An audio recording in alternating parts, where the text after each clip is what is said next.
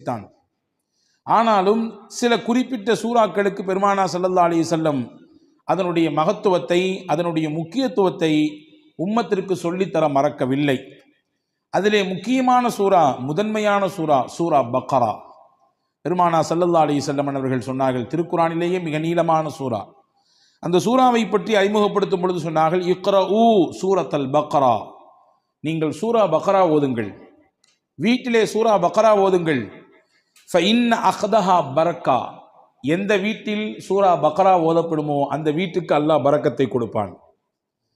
அதை எடுத்துக்கொண்டவர், சூரா பக்ராவை ஓதக்கூடியவர் பரக்கத்தான பெருவாழ்வு வாழ்வார்.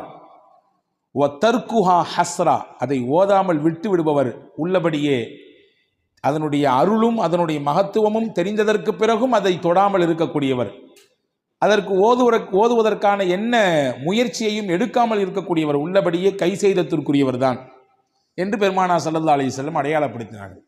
இப்போ சூரா பக்ரா ஓதுங்கன்னு சொல்லி விடலை, அதை ஓதுறதுனால பரக்கத் கிடைக்கும் என்று பெருமானா ஸல்லல்லாஹு அலைஹி வஸல்லம் சொல்வதின் வழியாக பரக்கத் நம் வாழ்க்கைக்கு எவ்வளவு முக்கியமானது என்பதை சொல்லித் தருகிறார்கள். எனவே தான் மக்காவிலிருந்து மதீனாவுக்கு ரசூலுல்லாஹ் வருகிறார்கள். ஹிஜ்ரத் என்ற பயணத்தின் ஊடாக மக்காவில் ஏகதேசம் வாழ்வின் 80% கழிந்து போனது. மிச்சம் இருக்கக்கூடிய 20% அந்த வாழ்க்கையினுடைய காலகட்டம் மதீனாவிலே அல்லாஹ் ஏற்பாடு செய்திருந்தான். ஹிஜ்ரத் என்ற பயணத்தின் வழியாக மதீனாவுக்கு வந்தார்கள். வந்த உடனே ஒரு துவா செய்தார்கள். மதீனா மண்ணுக்கு வந்தவுடன் ஒரு துவா செய்தார்கள். என்ன துவா கேட்டிருப்பார்கள் நினைக்கிறோம்? இங்கே எங்களுக்கு வாழ்வதற்கான இடத்தை கொடு, எங்களுக்கான அரசியல் சூழலை சரியாக்கி கொடு, எதிரிகளின் அச்சத்தை குறைத்து கொடு என்றெல்லாம் கேட்டார்களா? என்ன கேட்டார்கள்? ஹதீஸிலே வருகிறது, அல்லாஹும்ம ஜஅல் பில் மதீனத்தி ضعفي ما جعلت بالمكة من البركة. யா அல்லாஹ், உன்னுடைய ஆலயம் பைத்துல்லா இருக்கக்கூடிய மக்காவிற்கு எந்த பரக்கத்தை நீ கொடுத்திருக்கிறாயோ அதில் 2 பங்கை எனக்கு மதீனாவிலே கொடு என்று கேட்டார்கள். அங்கே இருக்கக்கூடிய பரக்கத்தில் 2 பங்கு இந்த மதீனாவுக்கு வேண்டும். பரக்கத்தோடு வாழுகிற வாழ்க்கையை எங்களுக்கு இங்கே ஏற்படுத்தித்தான் மக்காவில் தருவதை விட கூடுதலாக கொடு என்று பெருமானா ஸல்லல்லாஹு அலைஹி வஸல்லம் கேட்டிருப்பதாக நாம் ஹதீஸிலே பார்க்கிறோம். எனவேதான் ஒவ்வொரு நாளும் ஒவ்வொரு தொழுகையிலும் அல்லாஹ்விடத்திலே நாம் தெரிந்தோ தெரியாமலோ கேட்டுக்கொண்டே இருக்கிறோம் பரக்கத்தை. நாம் உணர்ந்திருக்கிறோமா? அத்தஹியாத்தினுடைய இருப்பிலே நாம் கேட்கிறோம் பரக்கத்தை. அல்லாஹும்ம பாரிக் அலா முஹம்மத் வ அலா ஆலி முஹம்மத் கமா பாரக்த அலா இப்ராஹிம். இறைவா, முகமது நபியின் மீதும் அவர்களுடைய குடும்பத்தினர் மீதும் நீ பரக்கச் செய்வாயாக, இப்ராஹிம் நபிக்கும் அவருடைய குடும்பத்திற்கும் எப்படி பரக்கச் செய்யதாயோ அதே போன்று என்று அல்லாஹ்விடத்திலே நபிகளை முன்வைத்து நாம் கேட்கிறோம். அவர்களுக்கு செய் என்றால் அதன் வழியாக எங்களுக்கும் கொடு என்று அர்த்தம். இப்போ பரக்கத் என்பது வாழ்க்கையிலே தவிர்க்க முடியாத ஒன்று. பரக்கத்தான வாழ்க்கையை தான் நாம் எல்லோருமே ஆசைப்படுகிறோம். அந்த பரக்கத் நம்முடைய வாழ்க்கையில், நம்முடைய நிம்மதியில், நம்முடைய ஆரோக்கியத்தில், நம்முடைய தொழிலில், நாம் கை வைக்கக்கூடிய காரியங்களில் நிறைவாக கிடைக்கப் பெறும் பட்சத்திலே மன நிறைவான ஒரு வாழ்க்கையை நாம் அனுபவிப்பதாக நாம் உணரலாம். அதை பெறுவதற்கான வழிகள் என்ன என்பதை குறித்துத்தான் நாம் இங்கே பார்க்க போகிறோம் இந்த ஜும்மாவினுடைய உரையின் ஊடாக. அனஸ் இப்னு மாலிக் ரலியல்லாஹு அன்ஹு சஹாபாக்கள் ரொம்ப முக்கியமான சஹாபி. நபிகள் ஸல்லல்லாஹு அலைஹி வஸல்லம் அவர்களோடு சிறு வயதிலேயே அந்த தொடர்பை ஏற்படுத்தி கொண்ட உன்னதமான தோழர்களிலே ஒருவர். ரசூல் ஸல்லல்லாஹு அலைஹி வஸல்லம் மதீனாவுக்குள்ள வரும்பொழுது எல்லாரும் கிஃப்ட் கொடுத்தாங்க ரசூலுல்லாஹ்க்கு. இந்த அம்மா அனஸ் ரலியல்லாஹுடைய தாயார், அவங்க பேர் உம்மு சுலைம் ரலியல்லாஹு தஆலா அன்ஹா.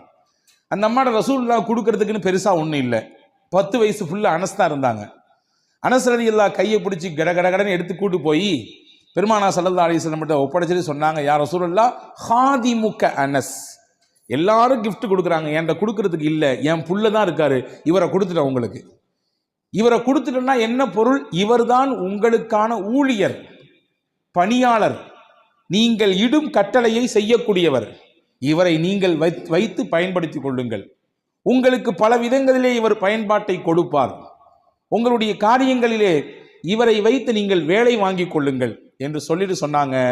என் பிள்ளைய கொடுத்துட்டு நான் உங்கள்ட்ட எதிர்பார்க்கிறது வேற ஒன்றும் இல்லை, அவருக்கு நீ துவா செய்யணும், நீங்க அவருக்காக வேண்டி துவா செய்ய வேண்டும். நான் கடந்த வார ஜும்மாவிலேயே சொன்னேன் இல்லையா, ஒருவர் துவா செய்யுங்கள் என்று சொல்லிவிட்டால் உடனடியாக நாம் என்ன செய்ய வேண்டும்? பாரக்கல்லா என்று துவா செய்து விட வேண்டும். பாரக்கல்லா என்று முதல் கட்டமாக துவா செய்துவிட, அதற்கு பிறகு அவரை குறித்து ஞாபகம் வந்தால் அவர் எது குறித்து உண்டான துவாவை நம்மிடத்திலே முன்மொழிந்தார், எந்த சிக்கலுக்காக வேண்டி கேட்டிருக்காரு, எந்த பிரச்சனைக்காக வேண்டி கேட்டிருக்காரு என்று தனிப்பட்ட முறையில் நமக்கு நினைவு இருந்தால் அதை சொல்லி அல்லாஹ்விடத்தில் கேட்பது, இது மிக உயர்ந்த பண்புகளில் ஒன்று. அதனால் கிடைக்கக்கூடிய பலன் என்ன என்பதை கடந்த வார ஜும்மாவிலே நான் உங்களுக்கு ஞாபகப்படுத்தியிருக்கிறேன். இப்போ ஹஸரத் ரசூலுல்லாஹி ஸல்லல்லாஹு அலைஹி வஸல்லம் இடத்திலே உம்மு சுலைம் ரலியல்லாஹு தஆலா அன்ஹா தன்னுடைய பிள்ளையை ஒப்படைத்து விட்டு சொன்னார்கள், உதுஉ, இவருக்கு துவா செய்யுங்கள், அவ்வளவுதான், இவருக்கு நீங்கள் துவா செய்யுங்கள், அது மட்டும் போதும், வேற எதுவும் எனக்கு எதிர்பார்ப்பு இல்லை. உடனே ரசூலுல்லாஹ் துவா செஞ்சாங்க, அனஸ் ரலியல்லாஹு துவா செஞ்சாங்க. என்ன செஞ்சிருப்பாங்க? யா அல்லாஹ் நல்ல நீல ஆயிலை கொடு, அல்லது நிறைய இவருக்கு என்றெல்லாம் கேட்பதற்கு முன்னால் பெருமானார் செய்த துவா, அல்லாஹும்ம பாரிக் ஃபி உம்ரி, யா அல்லாஹ் இவர் ஆயிலே நீ பரக்கச் செய்வாயாக, நீண்ட ஆயிலை கொடுப்பாயாகன்னு கேட்கல, இவர் ஆயில்ல நீ பரக்கச் செய்வாயாக. அல்லாஹும்ம பாரிக் ஃபி அவுலாதி, இவருக்கு நீ கொடுக்கக்கூடிய குழந்தை செல்வங்களிலே பரக்கச் செய்வாயாக. அடுத்து சொன்னாங்க, அல்லாஹும்ம பாரிக் லஹு ஃபீமா அதைத லஹு, இவருக்கு நீ என்னெல்லாம் கொடுக்கணும்னு நினைச்சிருக்கியோ எல்லாத்தையும் பரக்கத் செஞ்சிரு. இவர் ஆயில்ல பரக்கத் செஞ்சிரு, இவருடைய குழந்தை குட்டிகளில் பரக்கத் செஞ்சிரு, நீ என்னெல்லாம் இவருக்கு கொடுக்கணும்னு நினைச்சிருக்கியோ எல்லாவற்றிலும் நீ பரக்கத் செய்துவிடு என்று பெருமானார் ஸல்லல்லாஹு அலைஹி வஸல்லம் அவர்கள் துஆ செய்ததாக நாம் ஹதீஸில் பார்க்குறோம். நிறைய குடுன்னு கேட்கல, நீண்ட ஆயில நிறைய வயசு வாழணும் அப்படி கொடுன்னு ரசூலுல்லாஹ் கேட்கல, நீ கொடுப்பதில் நிறைந்த பரக்கத்தை கொடு என்று கேட்பதிலிருந்து நமக்கு புரிகிறது, வாழ்க்கையிலே நிறைய என்பதை விட பரக்கத்தான் முக்கியம். அதிகம் எண்ணிக்கை என்பதை விட குறைவாக இருந்தாலும் அதன் மூலம் கிடைக்கக்கூடிய பலன் பரக்கத்தாக இருக்க வேண்டும் என்பதுதான் முக்கியம் என்று நாம் இதிலிருந்து புரிந்து கொள்கிறோம். அந்த பரக்கத்தான வாழ்க்கையை பெறுவதற்கு ஒரு 8 அம்ச திட்டத்தை நான் இன்றைக்கு உங்களுக்கு நான் சொல்ல போகிறேன். 8 விதமான விஷயங்களை நாம் பின்பற்றுகிற பொழுது அல்லாஹுவின் பரக்கத்தை நம்மால் முழுமையாக அடைந்து கொள்ள முடியும். நம்பர் 1, முதலில் பரக்கத்தை பெறுவதற்கு நாம் என்ன முயற்சியை மேற்கொள்வது? 1, ரசூலுல்லாஹ் சொன்னாங்க, உங்களில் யார் வயசுல பெரியவங்களோ அவங்கள நீங்க மரியாதை கொடுப்பதிலிருந்து, உங்கள் காரியங்கள் அனைத்திலும் அவர்களை முன்னிலைப்படுத்துவதிலிருந்து அல்லாஹ் உங்களுக்கு பரக்கத்தை தருவான். வாப்பாக்கு வயசாயிடுச்சு, வீட்டில் மூத்தவங்க தான் இருந்தாலும் இந்த விஷயங்கள்லாம் அவங்களுக்கு அந்த அளவுக்கு பிடிபடாது, அதனால சொல்லிக்கலாம், எல்லாம் முடிஞ்சு கடைசியிலே சொல்லிக்கலாம் என்பதல்ல. ஒரு கட்டத்தில் அவரும் வாலிபம், குழந்தை பேரு, தொழில், வியாபாரம் என்று எல்லாவற்றையும் கடந்துதான் வந்திருக்கிறார். இப்பொழுது அவருக்கு வயதான நிலை, வயோதிகம், அதனாலே அவரை ஒதுக்கி வைக்குதல், தள்ளி வைக்குதல் என்பதெல்லாம் இல்லை. என்ன விஷயம் செய்தாலும் பெரியவர்களுக்கான முன்னுரிமையை, முன்னிலைப்படுத்துதலை, அவர்களுக்கான மரியாதையை நீங்கள் நிறைவாக செய்யுங்கள். இதன் ஊடாக அல்லாஹ் உங்களுக்கு பரக்கத்தை தருவான். எந்த வீட்டில் பெரியவர்களுக்கு மரியாதை இருக்கிறதோ அந்த வீட்டிலே பரக்கத் இருக்கிறது என்று பொருள். எந்த வீட்டில் பெரியவர்கள் உதாசீனம் செய்யப்படுகிறார்களோ, வயதிலே மூத்தவர்கள் வேண்டா வெறுப்பாலோ அவர்கள் பராமரிக்கப்படுகிறார்களோ, அவர்களின் பேச்சுக்கும் அவர்களுடைய ஆலோசனைக்கும் முன்னுரிமை கொடுக்கப்படாமல் தள்ளி வைக்கப்படுகிறார்களோ, புரிந்து கொள்ளுங்கள், அங்கே பரக்கத் எடுபடுகிறது என்று பொருள். பெருமானார் ஸல்லல்லாஹு அலைஹி வஸல்லம் அவர்களுக்கு ஒரு நாள் ஒரு அன்பளிப்பு வந்தது. ஒரு கிண்ணம் நிறைய பால். ரசூலுல்லாஹ் பொதுவாகவே தனக்கு கிஃப்ட் வந்துச்சுன்னா தான் பயன்படுத்துவாங்க. சில நேரங்களில் பக்கத்தில் இருக்கிறவங்களுக்கு கொடுத்து அதை பயன்படுத்த துவங்குவாங்க. அன்னைக்கு பால் வந்திருக்கு. தபரானி ஷரீஃபில் இந்த ஹதீஸ் வருகிறது. ரசூலுல்லாஹ் உட்கார்ந்துருக்காங்க. அந்த சைடில் பார்த்தீங்கன்னா சையதுனா அபூபக்கர் ரலியல்லாஹு அன்ஹு, சையதுனா உமர் ரலியல்லாஹு அன்ஹு, மூத்த சஹாபாக்கள், இஸ்லாத்தில் மிகப்பெரிய பங்களிப்பு ஆற்றியவர்கள், நபியோடு தங்கள் வாழ்க்கை முழுவதையும் அர்ப்பணித்த ஒரு உன்னதமான சஹாபாக்கள் 2 பேர் இருக்கிறாங்க. மதீனாவில் நடந்த நிகழ்ச்சி இது. இந்த பால் கிண்ணம் வந்த உடனே ஸல்லல்லாஹு அலைஹி வஸல்லம் இந்த பக்கத்தில் இருந்த சையதுனா அபூ உபைதா ரலியல்லாஹு அன்ஹு என்ற ஒரு சஹாபி, அவங்க கையில் கொடுத்தாங்க. குடிங்க அபூ உபைதான்னு சொன்னாங்க. அபூ உபைதா ரலியல்லாஹு அன்ஹு கையில் பாலை வாங்கிட்டு ரசூலுல்லாஹையும் பார்க்குறாங்க, பக்கத்தில் இருக்கக்கூடிய அபூபக்கர் நாயகத்தையும் பார்க்குறாங்க, உமர் நாயகத்தையும் பார்க்குறாங்க. என்னடா இது, நபிக்கு ரொம்ப நெருக்கமானவங்க 2 பேரும் அங்கே இருக்க, நமக்கு ரசூலுல்லாஹ் கொடுக்குறாங்களே என்பதுதான் அவர்களின் பார்வையின் பொருள். பார்த்துட்டு ரசூலுல்லாஹ்ட்ட சொன்னாங்க, யா ரசூலல்லாஹ் அன்த அவுலா பிஹி மின்னி, இந்த பாலை முதலாக அருந்துவதற்கு என்னை விட நீங்கள் தான் தகுதியானவர்கள். ஏன்னா நான் சாதாரண அபு உபைதா, நீங்க அல்லாவின் ரசூல், அல்லாவின் ரசூல் நீங்கள். எனவே நீங்கள் தான் இதை துவங்கி வைக்க வேண்டும். ரசூலுல்லாஹ் சொன்னாங்க, ஹுத் யா அபா உபைதா, எடுங்கள், குடியுங்கள் அப்படின்னு சொன்னாங்க. இப்ப ரெண்டாம் கட்டமா அபூபக்கர் நாயகத்தை பார்க்கறாங்க, உமர் நாயகத்தை பார்க்கறாங்க. பார்வையின் அர்த்தம் என்ன? என்னை விட இஸ்லாமிய வருகையில் முதன்மையானவர்களாச்சே இவர்கள் எல்லாம், பங்களிப்பு செய்வதிலே முக்கியமானவர்களாச்சே இவர்கள் எல்லாம், அவங்க குடிச்சா நல்லா இருக்குமே என்ற பெருந்தன்மையான மனதோடு செய்தனா அபூ உபைதா ரலியல்லாஹு பார்க்கும் பொழுது ரசூலுல்லாஹ் அப்பவும் சொன்னாங்க, அபூ உபைதா நீங்க தான் குடிக்கணும், குடிங்கன்னாங்க. செய்தனா அபூ உபைதா ரலியல்லாஹு அன்ஹு குடிக்க துவங்கும் நேரத்திலே கையில் பக்கத்தில், வாய்க்கு பக்கத்தில் பால் கிண்ணம் போய்விட்டது. ஆனாலும் அவர்கள் மனம் ஏதோ ஒரு விஷயத்திற்காக வேண்டி மறுக்கிறது. கீழே கொண்டு வந்து சொன்னாங்க, யா ரசூலுல்லாஹ் நீங்க குடிச்சிட்டு தான் நல்லா இருக்கும். மூணாவது தடவையாக பெருமானார் ஸல்லல்லாஹு அலைஹி வஸல்லம் அபூ உபைதா ரலியல்லாஹு இடத்திலே சொன்னார்கள், இஷ்ரப், அபூ உபைதா நீங்கள் குடியுங்கள். ஃபைன்னல் பரக்கத்த மஅ அகாபிரினா, பரக்கத் என்பது நம்மிலே யார் வயதிலே பெரியவர்களாக இருக்கிறார்களோ அவர்களிடத்திலிருந்து தான் துவங்குகிறது. இங்கே இருக்கும் நபர்களிலேயே வயதால் பெரியவர் நீங்கள். என்னை விட, அபூபக்கர் ரலியல்லாஹு விட, உமர் ரலியல்லாஹை விட வயதால் மூத்தவர்கள் நீங்கள். நீங்கள் குடிக்க வேண்டும், அங்கிருந்து பரக்கத் கிடைக்க வேண்டும். ஃபமல்லம் யர்ஹம் சகீரனா வலம் யுஜல்ல கபீரனா ஃபலைஸ மின்னா, நம்மிலே சிறியவர்கள் மீது இரக்கம் காட்டாதவர்கள், பெரியவர்களுக்கான மூத்தவர்களுக்கான கண்ணியத்தை தராதவர்கள் நம் வழியை சார்ந்தவர்கள் இல்லை என்று பெருமானார் ஸல்லல்லாஹு அலைஹி வஸல்லம் வார்த்தையோடு சொல்லி முடிக்காமல் அதை செயல்படுத்தியும் காண்பித்தார்கள். பரக்கத் எங்கிருந்து துவங்குகிறது? எந்த இடத்தில் மூத்தவர்களுக்கான மரியாதை இருக்குமோ, கண்ணியம் இருக்குமோ, அவர்களுடைய சொல்லுக்கான மிகச்சிறந்த அந்த புரிதலோடு அதை எதிர்கொள்ளக்கூடிய பக்குவம் இருக்குமோ, அங்கே பரக்கத்தும் இருக்கும்.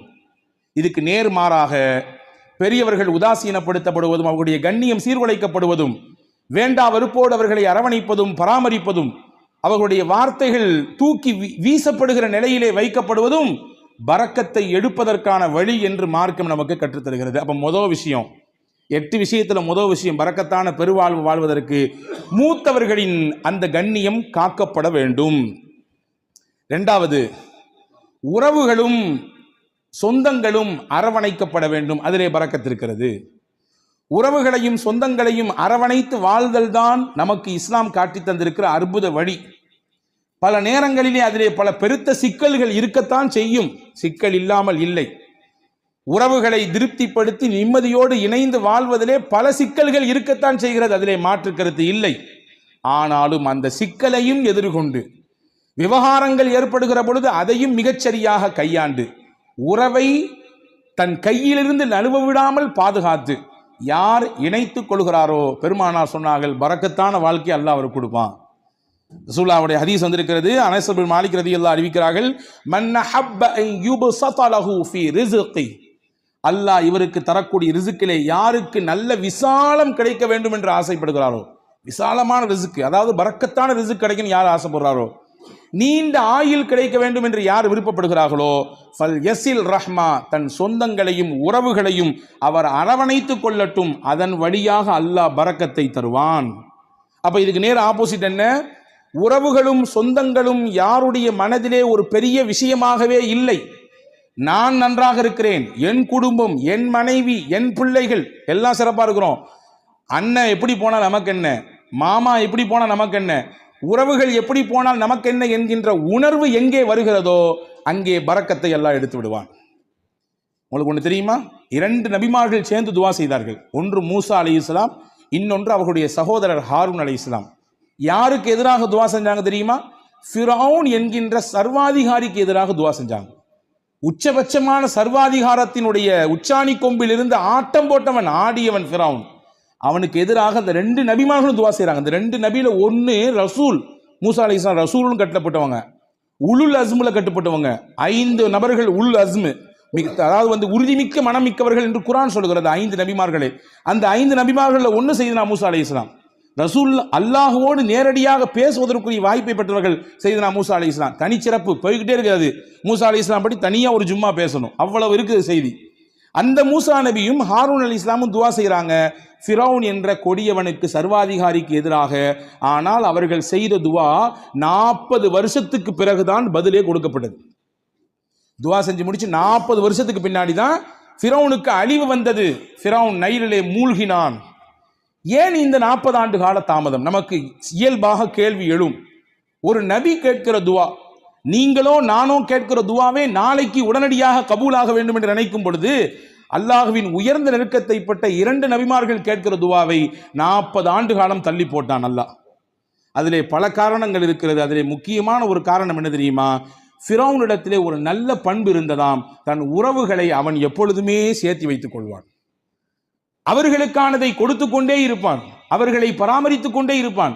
அல்லாஹ் நினைத்தான், இந்த பண்பில் இருந்தாவது அவனுக்கு ஏதாவது ஒரு சில நிமிடமாவது அவன் கொஞ்சம் ஒதுங்கி நம்மின் பக்கம் வரமாட்டானா என்று அல்லாஹ் எண்ணினான். எனவே அந்த வேதனையை கொஞ்சம் தள்ளி போட்டு கொண்டே இருந்தான். தள்ளி போட்டு 40 வருடங்களுக்கு பிறகுதான் இனிமேலும் இவன் திருந்துவதற்கு வாய்ப்பே இல்லை என்ற பொழுது அந்த நபிமார்களின் துவாவை ஏற்றுக்கொண்டு அவனுக்கு அழிவை கொடுத்தான். அப்போ இஸ்லாத்தின் மிகப்பெரிய விரோதியாக, அல்லாஹ்விற்கே சவால் விழுகிற இடத்திலே, உனக்கு நிகரானவன் நான் என்று சொல்லும் இடத்தில் இருந்த ஃபிரௌனுக்கே வேதனை தள்ளி போடப்பட்டது. எதன் காரணமாக? உறவை அவன் சேர்த்து கொண்டான், உறவை அவன் பிரியவில்லை, உறவுக்கானதை மிகச்சரியாக கொடுத்தான் என்ற ஒரு காரணத்திற்காக. அப்படி என்றால் அல்லாஹ்வுக்கு விரோதிலாம் நம்ம கிடையாது. அல்லாஹ்வுக்கு நேர் நிகராக நின்று சமமாக சண்டை போடுபவர்கள் கிடையாது நாம்.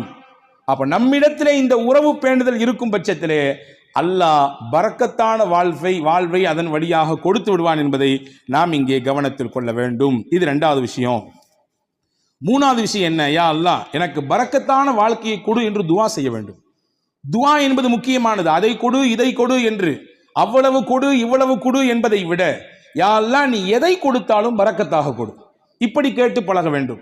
இவ்வளவு அளவு வேண்டும், இவ்வளவு கனம் வேண்டும், இவ்வளவு எண்ணிக்கை வேண்டும் என்றெல்லாம் கேட்பதை விட, இறைவா எனக்கானது நீ முடிவு செய்யப்பட்டதை தான் தருகிறாய், தருவதிலே பரக்கச் செய், பரக்கத்தானதை கொடு என்று கேட்க வேண்டும். அந்த துவாவை நமக்கு பெருமானார் ஸல்லல்லாஹு அலைஹி வஸல்லம் கற்றுத் தருகிறார்கள். அது அற்புதமான வரலாற்று செய்தி ஒன்று இருக்கிறது. உம்மு சுலைம் ரதியல்லாஹு தஆலா அன்ஹா, அபூ தல்ஹா ரதியல்லாஹு தஆலா அன்ஹு, இவர்கள் இருவரும் தம்பதிகள், கணவன் மனைவி. வெளியூருக்கு போன அபூ தல்ஹா வீடு திரும்பும் நேரத்திலே இவருக்கு பிறந்த பிள்ளை இறந்து போனது. நீண்ட பெரிய சம்பவம், சுருக்கமாக சொல்கிறேன். ஆனால் கணவன் வந்தவுடன் இந்த துக்க செய்தியை தன் மனைவி தன் கணவரிடத்திலே சொல்லாமல் அந்த கணவனை திருப்திப்படுத்தினாள். நல்ல உணவு கொடுத்தால், சமைத்து கொடுத்தால், நன்றாக அவருக்கு பரிமாறினாள். இரவிலே அந்த கணவனின் திருப்தியோடு அவரை மிக சந்தோஷப்படுத்தினார் அந்த பெண்மணி. மகிழ்ச்சியாக அவர்களுக்கு அந்த இரவு தாம்பத்தியத்திலே கழிந்தது.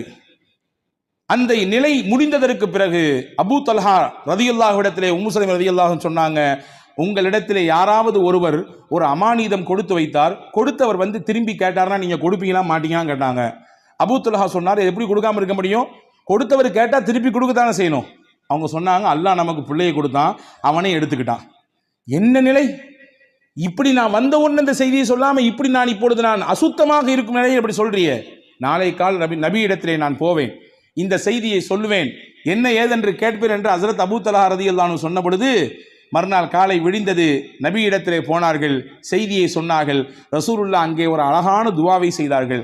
நேற்றிரவு நீங்கள் இருவரும் ஒன்று கூடினீர்கள், தாம்பத்திய உறவை வைத்துக் கொண்டீர்கள். அல்லாஹும்ம பாரிக் லகுமா ஃபீ காபிரி லைலத்திகுமா, நேற்றிரவு நீங்கள் கூடிய கூடுதலிலே அல்லாஹ் பரக்கத் செய்வானாக, உங்களுக்கு மிகச்சிறந்த பகரத்தை தருவானாக. எந்த பொறுமையோடும் எந்த அல்லாஹ்வின் நம்பிக்கையோடும் உங்கள் மனைவி அப்படியான ஒரு நிலையை மேற்கொண்டார்களோ அதற்கு பகரமாக அல்லாஹ் உங்களுக்கு பரக்கச் செய்வான், சிறந்த சந்ததியை தருவான் என்று துவா செய்தார்கள். வரலாற்றிலே வருகிறது, அங்கே இருந்து பிறந்த பிள்ளை வாழ்வாங்கு வாழ்ந்தார்கள், செழிப்பாக வாழ்ந்தார்கள். கல்வி, பொருளாதாரம், வாழ்க்கையின் மேல்தட்டில் இருக்கும் விதத்திலே, எல்லோரும் பார்த்து போற்றும் விதத்திலே அந்த பிள்ளைகளின் வாழ்க்கை எல்லாம் இருந்தது. இதற்கு மூல முக்கிய காரணம் நாயகத்தினுடைய துவா. இப்போ துவா செய்யணும், யா அல்லாஹ் நீ கொடுப்பதிலே எங்களுக்கு பரக்கச் செய்வாயாக, என்ன கொடுத்தாலும் பரக்கத்தாக கொடுப்பாயாக என்று துவா செய்ய வேண்டும். இது பரக்கத்தான வாழ்க்கைக்கான 3வது அம்சம். 4வது அம்சம் என்ன? நம்மிடத்தில் எது இருக்கிறதோ அதை பகிர்ந்து கொள்ள வேண்டும். பகிர்தலிலே பரக்கத் இருக்கிறது.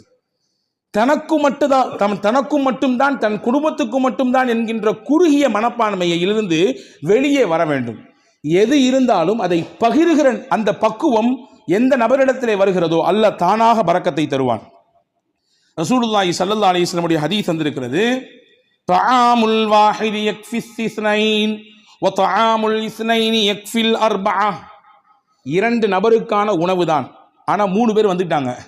ஐயோ 2 பேர் தானே சாப்பாடு இருக்குது, 3வது நபர் வந்துட்டாரே என்று யோசிக்க வேண்டாம், விரிச்சு வைங்க, அவரையும் சேர்த்துங்க. அல்லாஹ்வின் ரசூல் சொன்னாங்க, 2 பேருக்கான உணவாக இருந்தாலும் நீங்கள் பகிர வேண்டும் என்ற சிந்தனைக்கு வந்துவிட்டால் அதை 3 போதுமானதாக அல்லாஹ் ஆக்கி விடுவான்.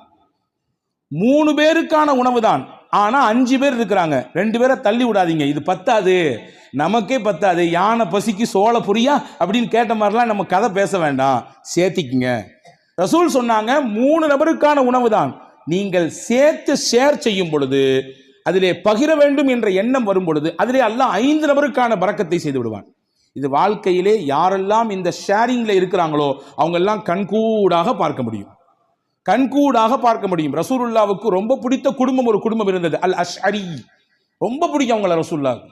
எந்த அளவுக்குன்னா அவங்க என் குடும்பம் ரசூலுல்லாஹ் சொன்னாங்க, என் குடும்பம் அவங்க, என்னிலிருந்தும் அவர்கள், அவர்களிலிருந்தும் நான் என்று சொன்னார்கள். சஹாபாக்கள் ஒன்று புரியும், ஏன் இந்த குடும்பத்தை மட்டும் ரசூலுல்லாஹ்வுக்கு ரொம்ப பிடிக்குது? விவரத்தை கேட்டு போனா ரசூலுல்லாஹ் சஹாபாக்கள்கிட்ட சொன்னாங்க, அவங்கள்ட்ட ஒரு சிறந்த பண்பு இருக்குது, தாங்கள்கிட்ட எல்லாரும் ஒரு பயணத்தில் போனானா எல்லாரும் தனித்தனியாக சாப்பாடு கொண்டு வருவாங்க, யாராவது 1-2 பேருடைய சாப்பாடு சீக்கிரமாக தீர்ந்து போயிடும். நீண்ட தூர பயணம் என்பதினாலே அவர்களை அப்படியே கழட்டி விட்டுற மாட்டாங்க. நீங்க கொண்டு வந்து காலியாக போச்சா, அப்படித்தான் போச்சு, இப்போ இன்னும் ரொம்ப தூரம் இருக்குது, இன்னும் 500 கிலோமீட்டர் போனோம், அப்படித்தான் என்று விட்டு விட மாட்டார்கள். சாப்பாடு இல்லாதவர்களையும் சேர்த்து ஒரே இடத்தில் உட்கார வைத்து ஒரு பெரிய துணியை எடுத்து கொண்டு வந்த மொத்த சாப்பாடையும் அதிலே கொட்டி கலந்து இருப்பவர்களுக்கெல்லாம் பகிர்ந்து கொடுப்பார்கள்.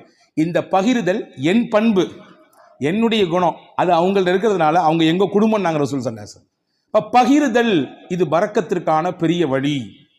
நம்மில எது இருக்கிறதோ அதை பகிர்ந்து கொள்வது, குடிப்பதற்கு இவ்வளவுதான் நீர், அதை பகிர்ந்து கொள்வது, உணவு இவ்வளவுதான் இந்த இடத்திற்கான விஷயம், பகிர்ந்து கொள்வது. எனக்கு மட்டும் வேணும், என் குடும்பத்துக்கு மட்டும் வேணும் என்று முன் தயாரிப்பு செய்து முன்னால் எடுத்து வைப்பதை விட இருப்பதை கொண்டு பகிர்வதனால் அல்லாஹ் பரக்கத்தை தருவான். இது 4வது வழி. 5வது பரக்கத்துக்கான முக்கியமான வழி, இன்னைக்கு நம்மள பல பேர் மறந்துவிட்ட விஷயம், சாப்பிடும் பொழுது எல்லாரும் சேர்ந்து உட்கார்ந்து சாப்பிடுங்க. நாங்கள் சொல்லலாம், எல்லாரும் சேர்ந்து உட்கார்ந்து சாப்பிடுங்க, தனித்தனியா சாப்பிடாதீங்க. ஆனால் இன்னைக்கு காலப்போக்கில் வேக உலகத்தில் இருக்கிறோம் நாம், அதனாலே பல விஷயங்களை இழந்து விட்டோம். ஆனால் நம் முன்னோர்கள், நம்முடைய தாய் தகப்பன், நம் தாதி எல்லாம் நம்முடைய வீடுகளிலே சேர்ந்து தான் உட்கார்ந்து சாப்பிடுகிற வழக்கத்தை சொல்லி தந்திருக்கிறார்கள். இன்னைக்கு வரைய சில ஊர்களிலே கலன் சாப்பாடு என்று ஒன்று இருக்கிறது, ஒரே பிளேட்ல உட்கார்ந்து மொத்தமா சாப்பிடுறது, ஒரே பிளேட்ல உட்கார்ந்து 4 பேர் 5 பேர், இதுவெல்லாம் நிகழ்ச்சிகளுக்கு என்பதை தாண்டி சாதாரணமாக இயல்பாக அன்றாட சாப்பாடு அப்படி சாப்பிடுகிற பழக்கம் இன்னைக்கும் சில ஊர்களிலே இருக்கிறது. ஆனா கால ஓட்டத்தில் அதெல்லாம் நம்ம விட்டுட்டோம். ஒரே வீட்டில் இருக்கிறோம், 5 பேர் தான் இருக்கிறோம், 5 பேரும் 5 டயத்துல சாப்பிட்றோம். சஹாபாக்கள் வந்து ரசூலுல்லாஹ்ட்ட ஒரு நாள் சொன்னாங்க, யா ரசூலல்லாஹ் இன்னா நாக்குலு வலா நஷ்பஉ, நிறைய சாப்பிட்றோம், வயிறே நிறைய மாட்டேங்குது, என்ன செய்யறதுன்னு கேட்டாங்க. சஹாபாக்கள் ரசூலுல்லாஹ் கேட்டாங்க, அன்தும் தாக்குலூன ததஃபர்ரகூன், எல்லாருமே தனித்தனியா சாப்பிட்ற மாதிரி தெரியுது, ஆமாவான்னு கேட்டாங்க. எல்லாரும் வீட்டில் சேர்ந்து சாப்பிட்றீங்களா, தனித்தனியா சாப்பிட்றீங்களா? இல்லை, தனித்தனியா சாப்பிட்றோம். ரசூல் சொன்னாங்க, இஜ்மாஉ அலா துஆமிக்கும் வذ்குரு ஸ்மல்லாஹி அலைஹி யுபாரக லக்கும் ஃபீஹா. 2 விஷயத்தை செய்யுங்க சாப்பிடும் பொழுது, எல்லாரும் சேர்ந்து சாப்பிடுங்க, முடிந்த அளவுக்கு சேர்ந்து சாப்பிடுங்கள். சேர்ந்து சாப்பிடுவதற்கு ஒரு நாளில் ஒரு வக்து தான் முடியும், இந்த நேரத்தில் மட்டும்தான் எங்களால் சேர்ந்து சாப்பிட இயலும், காலை அல்லது இரவு அல்லது மதியம், அந்த ஒரு நேரத்தில் எல்லாரும் சேர்ந்து உட்காருங்கள். குடும்பத்தோடு சேர்ந்து உட்கார்ந்துட்டு சாப்பிட்றதுக்கு முன்னாடி பிஸ்மில்லா என்று சொல்லுங்கள். நீங்க கை தொட்டு கேளுங்க, நானும் என் நெஞ்சத்துல கை தொட்டு கேட்கிறேன். அன்பர்களே, எத்தனை குடும்பத்திலே எல்லாரும் சேர்ந்து உட்கார்ந்து பிஸ்மில்லாஹிர் ரஹ்மானிர் ரஹீம் என்று சத்தம் போட்டு சொல்லி நாம் அந்த சாப்பாட்டிலே கையெடுத்து வைக்கிறோம். மலேசியா போன்ற பெருநகரங்களிலே அல்லாஹ் பரக்கத்தை கொட்டுகிறான், அது தனிப்பட்ட விஷயம். நான் அங்கே இருக்கக்கூடிய ஒரு சிறப்பு அம்சத்தை சொல்லுகிறேன். சாப்பிடும் பொழுது குடும்பத்தில் உட்கார்ந்து விட்டால் உடனடியாக யாரும் உணவிலே கை வைக்க மாட்டார்கள், எல்லாரும் உட்காரணும். உட்கார்ந்த உடனே அந்த வீட்டில் இருக்கக்கூடிய பெரியவர் சொல்லுவாரு, பிஸ்மில்லாஹிர் ரஹ்மானிர் ரஹீம் ஆரம்பிங்கம்பாரு, அதுக்கு பின்னால் தான் சாப்பிடவே துவங்குவார்கள். எனக்கு என்னவோ தெரியவில்லை, அந்த வார்த்தையை அவர்கள் முழுவதுமாக பின்பற்றுவதானோ என்னவோ அல்லாஹ் பரக்கத்தை கொட்டென்று கொட்டுகிறார், பல ரூமுகள்ல தர்றான்.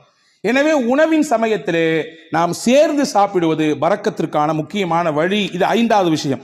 6வது விஷயம் என்ன? ரசூலுல்லாஹ் சொன்னாங்க, உங்க வீட்டுக்குள்ள போகும்போது சலாம் சொல்லிட்டு போங்க, சலாம் சொல்லிட்டு வெளியே வாங்க, இது பரக்கத்தை உங்க வீட்டுக்கு தரும். நாங்க ரசூலுல்லாஹ் சொன்னாங்க 3 விஷயம் அல்லாஹ்வுடைய பொறுப்பு, அல்லாஹ்வுடைய கண்ட்ரோல்ல வந்துருது. அதிலே ஒன்று மன் தஹல பைத்தஹு வஸல்லம ஃபஹுவ லாமினுன் அலல்லாஹ், யார் வீட்டுக்கு நுழையும் பொழுது சலாம் சொல்லிட்டு போறாரோ அவர் அல்லாஹ்வுடைய கஸ்டடியில் வந்துடுறாரு, அல்லாஹ்வுடைய நேரடி பார்வையில் வந்துடுறாரு, அவருக்கானதை அல்லாஹ் கொடுத்து விடுவான். ஹதீஸ்ல இப்படி ஒரு வார்த்தை வருது, இன் ஆஷ ருஸிக வ குஃபிய, அவர் வாழ்ந்தால் மனநிறைவான வாழ்க்கையை வாழ்வார். வ இன் மாத்த அதுஹலகுல் ஜன்னா, இதை அப்படி கண்டினியூவா ஃபாலோ பண்ணாருன்னு சொன்னா 3 விஷயம் சொன்னாங்க. அந்த 3ல ஒன்று தான் நான் சொல்லியிருக்கேன், 2 தேவைப்படுறவங்க தனியாக வந்து கேளுங்க. அந்த 3ல் 3 விஷயத்தை யார் பின்பற்றுகிறாரோ வாழ்ந்தால் போதுமான வாழ்க்கையை அல்லாஹ் அவருக்கு தருவான். 2வது, அவர் மௌத்தாகி விட்டால் அல்லாஹ் நேரடியாக சொர்க்கத்தை கொடுப்பான். அதுல ஒன்று தான் வீட்டுக்கு போகும்போது சலாம் சொல்லிட்டு போறது. உங்க வீட்டுக்கு அல்லாஹ் பரக்கத்தை தருவான், பரக்கத்தான வாழ்க்கையை உங்களால் வாழ முடியும் என்பதை ரசூலுல்லாஹ் சொன்னார்கள். இது 6வது விஷயம். 7வது விஷயம் என்ன, அல்லாஹ் எதை நமக்கு அளந்திருக்கிறானோ அல்ஹம்துலில்லாஹ், போதும் என்ற மனமே பொன் செய்யும் மருந்து நான் தமிழ்ல இல்லையா, இன்னைக்கு அதுதான் நம்மள்ட்ட இல்லை. இருக்கு, வேணும் வேணும் வேணும். எப்போ வரையும் வேணும்? மௌத்தை சந்திக்கிற வரையும், இஸ்ராயிலை பார்க்கிற வரையும் வேணும், அந்த நிமிஷம் வரையும் வேணும். அன்பர்களே, எது கிடைக்கிறதோ அது குறைவோ அதிகமோ அல்ஹம்துலில்லாஹ் என்று சொல்ல பழக வேண்டும். அப்படியான பழக்கம் இருக்கிறது. நீங்கள் சொல்லும் வார்த்தை அது அல்லாஹ்விற்கு பிடித்து போனால் அல்லாஹ் அதிலே பரக்கத் செய்து விடுவான். எப்படிங்க இருக்கிறீங்க, நீ யார்ட்டையா கேளுங்க, என்னத்தை போகுது, மூட்டி வலி, முதுகு வலி, அங்கிட்டு வலி, இங்கிட்டு வலி, மருத்துவ செலவு, அப்படி இப்படி ஒரு பெரிய லிஸ்ட்டு. நல்லா இருக்கிறன்றதுக்கு நிறைய பாயிண்ட்ஸ் இருக்கும், அதை நம்மள பல பேர் சொல்றதே இல்லை. ஆனா அல்லாஹ்வின் ரசூல் சொன்னாங்க, உங்களுக்கு அல்லாஹ் என்ன கொடுத்திருக்கானோ அதுல எது நலவு இருக்கிறதோ அதை நீங்கள் சொல்லி பழகுங்கள், அல்ஹம்துலில்லாஹ் என்று சொல்லுங்கள், அல்லாஹ் பரக்கத்தை தருவான். அப்போ போதும் என்கின்ற மனம் இது பரக்கத்தை பெற்று தருவதற்கான 7வது வழி. 8வது முக்கியமான வழி, பயபக்தி மிக்க வாழ்க்கையை நாம் வாழ்வதற்கு பழகி கொள்ள வேண்டும். தக்குவா மிக்க வாழ்க்கையை நம்முடைய தொழிலில், நாம் சந்திக்கும் நபர்களில், நாம் பேசும் பேச்சில், நாம் பார்க்கும் பார்வையில், நாம் நடக்கும் நடையில், உடையில், பாவனையில், அனைத்திலும் அல்லாஹ் ஒருத்தன் நம்மளை பார்த்துக்கிட்டு இருக்கான்னு சிந்தனையில் வாழணும். அந்த சிந்தனை நம்மள பல பேருக்கு பல சமயங்களில் போறதுனால தான் பாவத்தில் போய் விழுந்துடுறோம். ரசூல் சொன்னாங்க, யாருக்கு இந்த தக்குவா மிக்க வாழ்க்கையை வாழ வேண்டும் என்ற பிரியம் வந்து விடுகிறதோ, பரக்காத்தின் மின சமாய் வல்லர், வான பூமியில் என்ன பரக்கத்து இருக்கோ எல்லாத்தையும் அல்லாஹ் கொண்டு வந்து கொட்டிடுவான். வான பூமியில் என்னென்ன பரக்கத்துகள் எல்லாம் உண்டோ மொத்தத்தையும் கொண்டு வந்து அவர்களின் காலுக்கு கீழே கொட்டி விடுவான் என்று பெருமானா ஸல்லல்லாஹு அலைஹி வஸல்லமுக்கு அல்லாஹ் சொன்னான். அப்போ இந்த 8 காரியங்களும் பரக்கத்தான செழிப்பான வாழ்க்கையை வாழ்வதற்கான வழிகள் என்று மார்க்கம் அழகாக கற்றுத்தருகிறது. வல்ல அல்லாஹ் அப்படிப்பட்ட மிகச்சிறந்த புரிதல் மிக்க வாழ்க்கையை வாழுகிற தௌஃபீக்கை அல்லாஹ் உங்களுக்கும் எனக்கும் எல்லா மக்களுக்கும் தந்தல் புரிவானாக. அல்லாஹ் எதை நமக்கு தருகிறானோ அதில் நிறைந்த பரக்கத்தையும் அருளையும் தருவானாக. என்னென்ன நெருக்கடிகள் எல்லாம் நம் வாழ்க்கையிலே நமக்கு உண்டோ அத்துணை நெருக்கடிகளையும் அல்லாஹ் நீக்கி தருவானாக. நம்முடைய வாழ்வை அல்லாஹ் வசந்தமாக ஆக்கி தருவானாக. இருக்கக்கூடிய கஷ்டங்களை எதிர்கொள்ளக்கூடிய ஆற்றலை தந்து அதை மிக சீக்கிரமாக நம்மிடத்திலிருந்து வெளியாக்குவானாக என்ற உயர்ந்த துவாவோடு விடைபெறுகிறேன். வாஹிர் தாவானா அல்ஹம்துலில்லாஹி ரப்பில் ஆலமீன். அஸ்ஸலாமு அலைக்கும் வரஹ்மத்துல்லாஹி வபரகாத்துஹு.